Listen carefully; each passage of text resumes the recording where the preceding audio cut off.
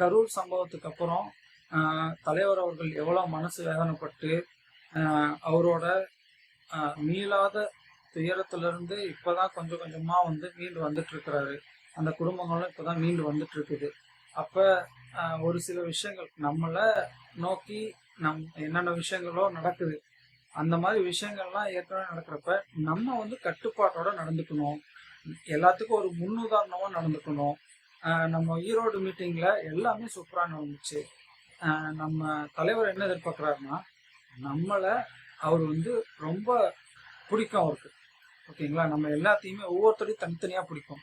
அதனால யாருக்கு என்ன ஆச்சுனாலும் அவருக்கு ரொம்ப கஷ்டமா இருக்கும். அவருக்கு வருத்தத்தை கொடுக்கணும்னு நீங்கள் நினைக்கிறீங்களா?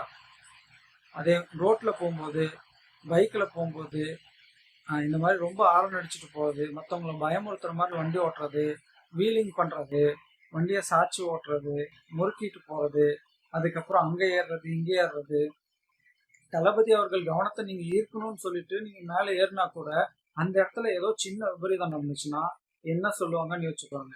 அந்த இடத்துல தமிழக வெற்றி கழகத்து கூட்டத்துக்கு வந்தனாலதான் இவங்களுக்கு இப்படி ஆயிடுச்சு அப்படின்னு சொல்லிட்டு ஒரு அவப்பேரை சொல்லுவாங்க. இந்த அவப்பேரை நீங்க தளபதிக்கு ஏற்படுத்தி கொடுக்கணுமா அப்படின்னு யோசிங்க. கண்டிப்பா நீங்க அந்த மாதிரி ஏற்படுத்தணும்னு நீங்க நினைச்சீங்கன்னா கண்டிப்பா தளபதியோட தொண்டனா இருக்க மாட்டீங்க. ஓகேவா? நீங்க தளபதியோட தொண்டனா இருந்தா, தளபதியோட ரசிகனா இருந்தா, ஓகேவா, வெற்றி தலைவர் அவர்களோட கொள்கையை ஃபாலோ பண்றதா இருந்தா கண்டிப்பா வந்து இந்த விஷயங்கள்லாம் வந்து ஃபாலோ பண்ணுங்க. யாரும் மேலே ஏறுறது, ஒழுங்கு இல்லாம போறது, அங்க ஏறி நிக்கிறது இங்க ஏறி நிக்கிறது, அப்படியெல்லாம் இருக்காதுங்க. நம்ம வந்து ஒரு சிலர் மாதிரி கட்டுப்பாடு இல்லாத கூட்டம் இல்லை. நம்மளை கட்டுப்பாடு இல்லாத கூட்டம்னு சொல்றவங்க எல்லாம் வந்து எப்படி மீட்டிங் நடத்துறாங்கன்னு தெரியும்.